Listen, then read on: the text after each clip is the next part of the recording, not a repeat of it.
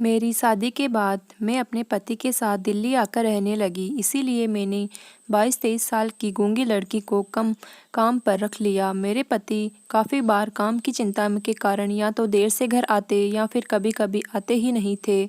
इसीलिए मैंने उस लड़की को रात में भी अपने पास ही रख लिया। एक दिन मैंने उसे विचित्र अवस्था में देख लिया। उसे देखकर तो मेरा शरीर कांपने लगा, क्योंकि वह तो मेरा नाम मानवी है और मेरे पति विकास एक कंपनी में जॉब करते थे। मैं अपने माता पिता की इकलौती संतान थी, इसीलिए बहुत लाडली थी। विकास हमारे घर के बगल में ही रहता था और उसी ने खुद मेरा हाथ मांगा था। दरअसल विकास के माता पिता का एक एक्सीडेंट में देहांत हो गया था और उसकी बुआ ने उसे पाल पोस कर बड़ा किया था। जब वह मेरा हाथ मांगने आया तो मेरे मम्मी पापा ने तुरंत हाँ कह दी और धूमधाम से हमारी शादी हुई। शादी के कुछ दिन बाद ही मैं विकास के साथ दिल्ली रहने आ गई। वह एक अपार्टमेंट में 5वीं मंजिल पर रहता था। यहाँ आने के बाद हमने हमारा फ्लैट बहुत अच्छे से सजाया था। विकास मुझे बहुत प्यार करता था और मेरा ख्याल भी रखता था। वह मन से बहुत साफ इंसान था। 2-3 महीने में ऐसे ही खेलते निकल गए। कुछ समय बाद मैं प्रेग्नेंट हुई और यह सुनकर विकास बहुत खुश हुआ। इस दौरान उसका प्रमोशन भी हो गया और अब वह ज़्यादा व्यस्त रहने लगा। मैं दिन भर काम करके और ज़्यादा थकने लगी थी। इसीलिए हमने एक मेड रखने की सोची और यहाँ ज़्यादा किसी से पहचान न होने के कारण हमने बिल्डिंग के सिक्योरिटी गार्ड से एक मेड ढूंढने में मदद मांगी। कुछ दिनों बाद उसने एक औरत को हमारे फ्लैट पर भेज दिया, जिसका नाम दिव्या था। उसने बताया कि वह बगल वाली बिल्डिंग में 2 और जगह काम करती है और उसके 2 बच्चे हैं और पति रिक्शा चलाता है। इससे ज़्यादा और उसके बारे में जानने की आवश्यकता मुझे नहीं लगी। दिव्या सुबह 8 बजे आती और घर के सारे काम निपटाकर 10 बजे तक चली जाती थी। जब वह काम पर आती तो विकास के भी ऑफिस का समय रहता था। इसीलिए मैं अधिकतर विकास के नाश्ता और टिफ़िन बनाने में किचन में लगी रहती। धीरे धीरे दिव्या घर के सदस्य की तरह बन गई। अब वह मुझे छोटे मोटे कामों में भी मदद करने लगी और अब मॉर्निंग सिकनेस के कारण मेरा जी मचलता था और खाना बनाने में मुश्किल हो जाती थी। मेरी ऐसी हालत देखकर दिव्या एक दिन मुझसे कहने लगी कि मैडम, मेरी एक छोटी बहन है, बेचारी गूंगी है, इसीलिए उसकी शादी भी तय नहीं हो रही। अगर आपको कोई दिक्कत ना हो तो आपकी डिलीवरी होने तक उसे खाना बनाने और बाकी कामों के लिए रख लीजिए। आप अपने हिसाब से उनसे तनख्वाह दे देना। सुबह वह मेरे साथ आ जाया करेगी और शाम को मैं उसे लेने आ जाया करूँगी। मुझे और विकास को उसकी बात ठीक लगी और हमने हाँ कह दी। दूसरे दिन दिव्या अपने साथ एक 22-23 साल की लड़की लेकर आई। उसका नाम आशा था। वह दिखने में सुंदर थी, पर वह गूंगी है, ऐसे बताने पर मुझे उससे की दया आने लगी। उसे देखकर मैं सोचती कि भगवान ने उसके साथ कितना अन्याय किया है। आशा हमारे घर खाना बनाने का काम करने लगी। वह सारा काम बड़े ही अच्छे से और समय से पहले कर लेती थी। उसने मुझे कभी शिकायत का कोई मौका नहीं दिया। मेरा भी बहुत ख्याल रखती थी और मैं और विकास उसके काम से काफ़ी खुश भी थे। कभी कभी विकास को काम के सिलसिले में बाहर रुकना पड़ता था, इसीलिए मैं आशा को अपने पास ही रोक लिया करती थी। आशा विकास का विशेष ख्याल रखती थी, लेकिन इस बात का मुझे कभी बुरा नहीं लगा और ना ही कभी इस बात पर ज़्यादा गौर किया। और तो और इन दिनों मेरी तबीयत ज़्यादा ख़राब रहने के कारण मैं वैसे भी परेशान रहती थी। आशा विकास के बूट पॉलिश करके रखती थी, उसके कपड़े वॉशरूम में जाकर रख देती थी। कई बार मुझे यह बात खटकती भी थी, लेकिन फिर मुझे ही शर्म महसूस होती कि मैं एक गूंगी लड़की पर शक कर रही हूँ। मुझे अब चौथा महीना शुरू हो गया था। एक दिन विकास ऑफिस की फाइल लेकर घर आया और आते ही ड्राइंग रूम में अपना काम करने लगा। मेरी तबीयत ठीक न होने के कारण मैं आशा को अपने पास ही रोक लिया था। मैं खाना खाकर अपने कमरे में आराम कर रही थी और विकास अपने काम में व्यस्त था। अचानक रात के 1 बजे करीब किसी तरह की आवाज़ के कारण मेरी नींद खुल गई। विकास बेड पर नहीं था। उसके जोर से बोलने की आवाज़ आई। मैं ड्राइंग रूम में दौड़कर भागी और सामने का दृश्य देखकर मेरे पैरों तले ज़मीन खिसक गई। आशा किसी तरह से उठने की कोशिश कर रही थी और उसके कपड़े कई जगह फटे हुए थे। मुझे देखकर विकास बेचैन सा हो गया और अपना पक्ष रखकर कहने लगा कि मानवी, मैंने कुछ नहीं किया। यह पीछे से आकर मुझे चिपकने लगी। जब मैं उसे धक्का दिया तो वह खुद के ही कपड़े फाड़ने लगी। आशा मुझे देखकर मेरे गले पड़कर रोने लगी और उसकी ऐसी हालत देखकर मेरा चेहरा गुस्से से लाल हो गया। मैं गुस्से में विकास से बोली, मुझे कभी नहीं लगा था कि तुम इतनी नीच हरकत कर सकते हो। उस पर विकास कहने लगा कि नहीं मानवी, यह सब झूठ है। विकास अपने आप को निर्दोष साबित करने की कोशिश कर रहा था, लेकिन मैंने उसकी एक न सुनकर आशा को लेकर सीधे अपने कमरे में गई और उसे पानी पिलाकर शांत किया। मैंने अपने हाथ जोड़े और कहा, आशा, मुझे माफ़ कर दो। मैं अपने आप को इन सब के लिए जिम्मेदार मान रही थी, क्योंकि मेरे कहने पर ही वह रात में रुकी थी। मैं आशा को अपने पास ही सोने के लिए कहा था। दूसरे दिन दिव्या के आते ही आशा ने इशारे में सब बता दिया और दिव्या ने बहुत तमाशा किया और पुलिस को फ़ोन कर दिया।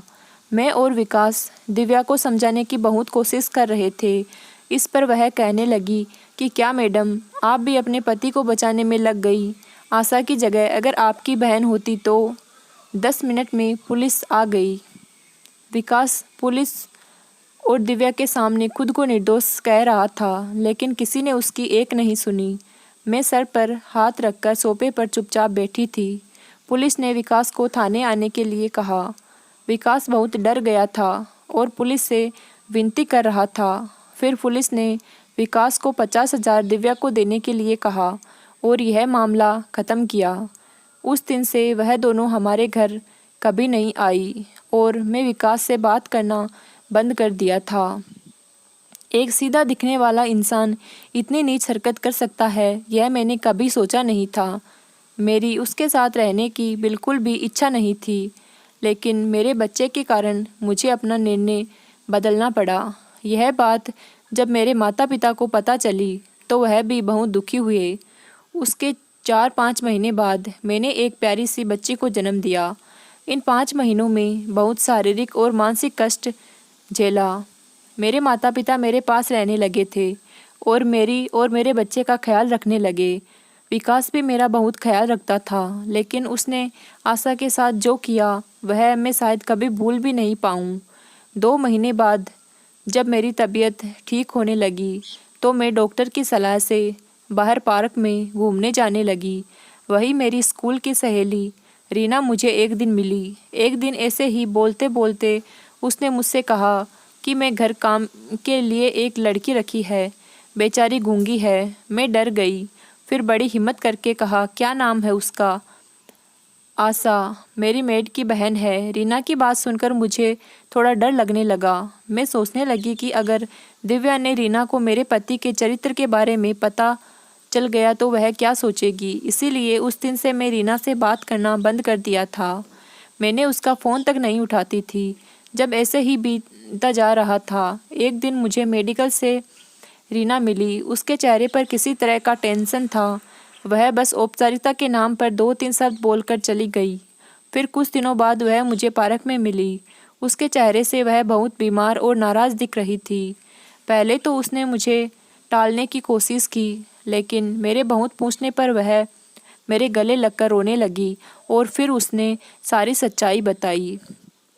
उसकी बातें सुनकर तो मैं हैरान थी। उसने जो कुछ बताया वह सब मेरी कहानी से हूबहू मिल रहा था। फिर उसने उस आशा का फ़ोटो दिखाया। धीरे धीरे मेरी समझ में अब सब आ रहा था। मैंने भी उसे मेरे साथ जो कुछ हुआ वह सब बताया। मेरी बातें सुनकर वह भी सोचने लगी कि दोनों के साथ एक जैसा ही कैसे हो सकता है। मैंने रीना से कहा कि मुझे यह सब बताने में बहुत शर्म महसूस हो रही थी, लेकिन अगर मैं तुम्हें पहले यह सब बताती तो तुम्हारे साथ यह सब नहीं हुआ होता। लेकिन जो कुछ हुआ उसे कोई बदल तो नहीं सकता ना। और इसी वजह से दिव्या और आशा का सच सामने आ गया था और हमने फैसला किया कि आशा का सच क्या है यह हम दोनों जानकर ही रहेंगे। हम दोनों अब दिव्या और आशा के बारे में जानकारी इकट्ठा करने में लग गई और जिसमें हमें काफ़ी हद तक कामयाब भी हुए। एक दिन हम दिव्या के घर पहुँचे। वहाँ देखा तो कुछ औरतें पानी भर रही थी और लड़ रही थी। एक औरत कह रही थी कि तुम तो दोनों बहनें अपने आप को क्या समझती हो, जब देखो तब लड़कर पानी भरकर चली जाती हो। उस पर दूसरी औरत की आवाज़ आई, खबरदार कोई आगे आया तो मुझसे बुरा कोई नहीं होगा। मैं और रीना यह सब देखे जा रही थी और जब हमने उस औरत को ध्यान से देखा तो हम हैरान थी, क्योंकि वह औरत और कोई नहीं, आशा थी। रीना ने मेरा हाथ पकड़ा और मुझे गली से बाहर ले आई और कहने लगी कि देखा, यह आशा गूंगी नहीं है, कैसे लड़ रही थी वह। इसका मतलब यह सब इन दोनों का ही प्लान था।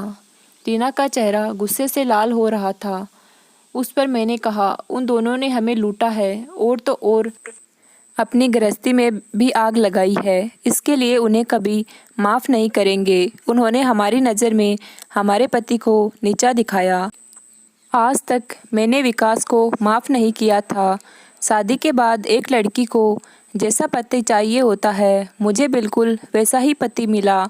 लेकिन इनके कारण जिस समय मुझे विकास की सबसे ज़्यादा ज़रूरत थी, उसी समय इन दोनों ने उसे मुझसे दूर कर दिया। मैं उन्हें कभी माफ़ नहीं करूँगी। रीना भी कहने लगी कि तुम सही कह रही हो, मैंने भी अपने पति का बहुत तिरस्कार किया है। अच्छा हुआ कि मैं मायके नहीं गई, वरना सब कुछ बर्बाद हो गया होता। इन्हें सबक तो सिखाना पड़ेगा, लेकिन कैसे?